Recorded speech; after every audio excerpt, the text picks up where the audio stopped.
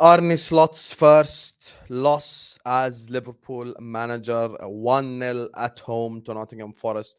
Ladies and gentlemen, big up to everyone watching. Bismillah ar-Rahman ar-Rahim first and foremost. Make sure you guys are liking, make sure you guys are subscribing to the channel, as you guys can see. Like, share, and subscribe. Welcome back to the channel. This is another pre-recorded video. And listen, I've already done my rants. I've already done me being mad and shouting and all that type of stuff. So today I want to look at it from a completely different perspective. I want to talk about this game from more of an analytical, tactical perspective, because we can't just gloss over that. We can't just skip past that. So hope you enjoy watching. Let me know your thoughts in the comment section down below. Like the video, subscribe, all the good stuff, and let's just get into it. And listen, let's just start this off with the obvious. First and foremost, if you want to praise Arne Slot for the first 3 games, it's only right that we criticize and we talk about what happened on the pitch against Nottingham Forest, because there must be a reason as to why we're lost. There must be a reason as to why we dropped points. And I'm going to talk about all the reasons. I'm going to start with, look, from a tactical perspective, and I'll start tactically first and foremost. The biggest problem in this game, ladies and gentlemen, was creativity. And I mean, I've mentioned this on my live video as well, and I'll mention it here. There were people at halftime talking about bring on Nunez, bring on Gakpo, bring on that guy, bring on that guy. And I said, listen, guys, the problem isn't even personnel. The problem isn't even player X coming on for player Y and suddenly we're going to be so much better. I said, look, the problem that we have is creativity.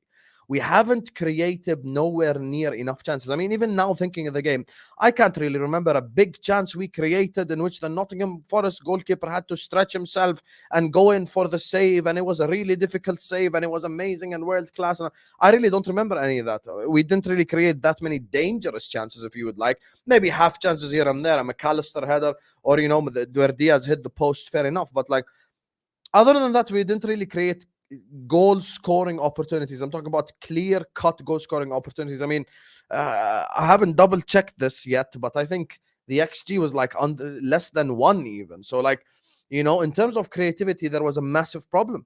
Massive problem in the game. I mean, McAllister created the most dangerous chance of the game, and then he had to be subbed off, I guess, maybe for like fitness reasons or whatever, but it made a massive impact on us when he was subbed off. But look, creativity was the main issue in the game for me. Now, the issue is the following, actually, and this is one of the things that I wanted to speak about on today's video, and this is genuinely one of the problems at Liverpool Football Club right now. The problem that Liverpool have with the front three is our playmaker and our goal scorer are the same person. In the front three, in the entirety of the front three, whether it be the 3 that start or the 3 that are on the bench, the playmaker and the goal scorer is the same person. Mo is the playmaker and the goal scorer. This is why when Mo had a bad game like he did against Nottingham Forest, it affects the entirety of the team negatively and the front three. Because when you have a team that the guy that play makes has the big chance created, has the assist, is the same guy that gets the goal, it's a problem. That's why against Manchester United, when Diaz was clinical, against Ipswich, when Jota was clinical, even against Brentford as well, when Diaz was clinical, it was very important for us. Very important for us because we need other players to step up as well. And look, one of the reasons as well why the creativity wasn't on point was the performance of Dominic Szoboszlai. I mean, this was going to be the season in which Dominic Szoboszlai cooks, and this was going to be the reason in which Szoboszlai takes his game to the next level. He played in the 10 position, and the player that plays in the 10 position, you're expecting him to play make, you're expecting him to create, and he got into dangerous positions, but he never could really find the pass. He never found the killer pass. He never found that pass in behind. There were runs made for him every now and then. Like there was a moment, but he just couldn't find the pass and couldn't find the cross. Even when he was on the right-hand side, linking up with Mo a little bit. I know Mo as well himself. Listen, Mo and Szoboszlai for me were the 2 worst players on the pitch, but this is not what we're here to discuss on this specific video. I mean, he got into a dangerous position, but couldn't really play make or create for us. That's why me personally, what I would have done from a tactical perspective or speaking, I would have switched to a 4-4-2. Big up to Mike Das, who pointed this out at the halftime show. Nottingham Forest were playing with a back 6.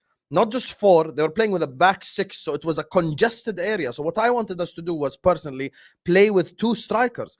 I would have taken off Szoboszlai, played Gakpo in the 10, and then perhaps even moved Mo next to Jota, or even bring in Nunez next to Jota, maybe play Trent down that right-hand side as a right midfielder instead of as a right back, and then get Bradley on as a right back. That could have been one of the ways to unlock Nottingham Forest, because In order to take away the spaces from the back six, you need to occupy the center back so you can create space for the wingers or for the players around them to get in behind and to cut in behind. And one of the players as well that I thought maybe perhaps could play the 10 because he does occupy that space playing for the Netherlands is Cody Gakpo. And, he never came on to play in that position. And once again, we praise Slot when necessary, we criticize Slot when necessary. And I think for me, the substitutions had a negative impact on the game. I don't think a singular substitute made a positive impact. Other than for me personally, and this is just my personal opinion, you can disagree with it if you want, it's fine, because Callum Hudson-Odoi beat him for the goal, other than Connor Bradley. And the reason why I say Connor Bradley is because he tried. And I know this might sound so cringy. Oh my God, he tried and all this. I get it. I really do. But the fact that Connor Bradley was making attempts, was taking risks, was trying to get the ball in the penalty box, was trying to make attempts towards goal. That's why for me, he was the positive substitution out of all the substitutions we made. And I'm not scapegoating anyone. I don't necessarily think that Curtis Jones played well or Tsimikas, who everyone knows I love. He didn't play well. I don't think Gakpo played well. I don't think Nunes played well. All four of them didn't really have a positive impact because we might have made the substitutions, but we didn't really change the shape. We did not really change the shape whatsoever. And I think this is one of the things that maybe Slot needs to tactically adjust in terms of maybe when we're 1-0 down, we can't really empty the midfield like that. Because when we took off McAllister and it was Gravenberch and Szoboszlai playing in there together, it just did not work because we didn't have the two midfielders who kept the ball well and kept it ticking. Curtis Jones came on, we went back to having three midfielders, but then all the creativity disappeared because we were playing a back three. And we find it even more difficult to create chances in behind, get in behind, and create dangerous opportunities. And that for me is a problem going forward. And I'll tell you why. First of all, I want to give massive credit to Ryan Gravenberch. Ryan Gravenberch was my man of the match. He was the best player for Liverpool Football Club on the pitch. I have no doubt about that whatsoever. And for me, he was genuinely number one best player on the pitch. And I felt bad for him. And I'll tell you why I felt bad for him. After the substitutions happened, he kind of got the ball, and every time he got the ball, if you notice, he was doing this with his hands, like, where are you? There were no passing options because everyone was worried about running in behind and getting in behind them. And maybe Trent would get the ball and try to play the hero ball pass. Robertson would get the ball and try marauding forward, but there was no one really even dropping deep to collect the ball from Gravenberch. And actually, to be fair, if Robertson read the Gravenberch pass, that was an unbelievable pass. So I have to give massive credit to Ryan Gravenberch because for me, he was personally the player that I thought played the best for us in that game. And I felt bad for him because there were no real players around him in which you could pass the ball to. Like, there weren't that many passing options. And that's one of the things that worried me in this game from a tactical perspective. I think the problem with us in this game, specifically tactically, was number one, the substitutions, because the substitutions for me had a negative impact on the game. And many people, know me as someone who, doesn't necessarily have the biggest affinity to Luis Diaz, but I thought personally he shouldn't have came off. The reason why I think he shouldn't have came off is, look, he's able to run at a fullback. And even in the first half, he had the most dangerous chance. He's able to run at the fullback. And he's shown signs of improvement this season. So I don't think he would have been the player I would have taken off. Personally, I would have taken off Jota and Szoboszlai. Or kept Jota on, took off Szoboszlai, brought Gakpo on, played with a front two, with Gakpo dropping deep like a false nine, as they say, a hybrid, not a 10, not a 9, like in between them, helping up with Jota and kind of being that creative presence behind them. That's personally what I would have done. But I think the substitutions had a negative effect. And second of all, as well, the substitution effect and the style did not change. So before we went to a back three, the style became Gravenberch, you have to take the ball and somehow find the passing option when there are no passing options available. Because if you notice, when it was Gravenberch and McAllister were passing the ball to each other.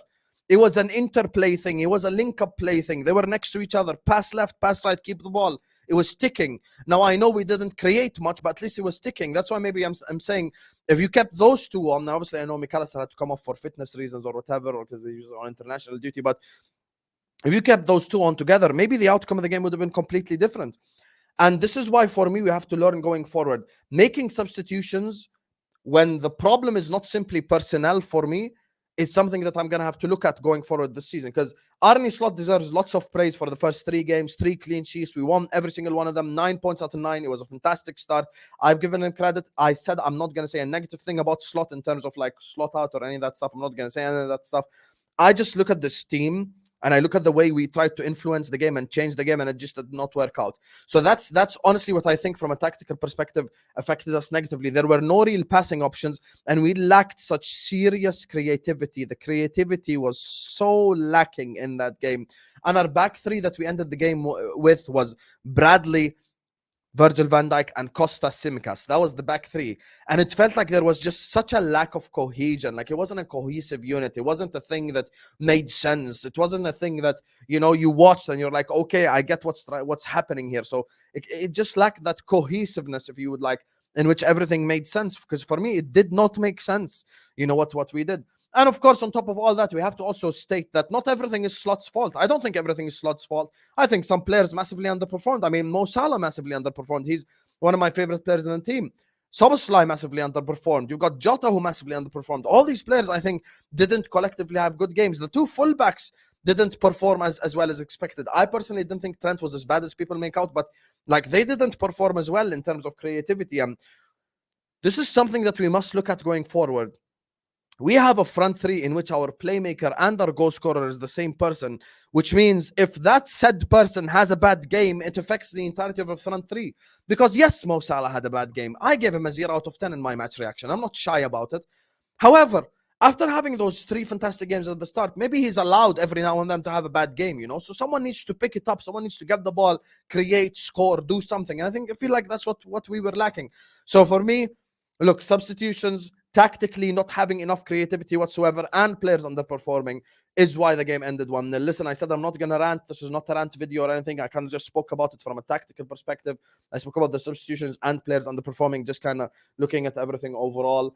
So I hope you guys enjoyed watching this video. Completely different type of video.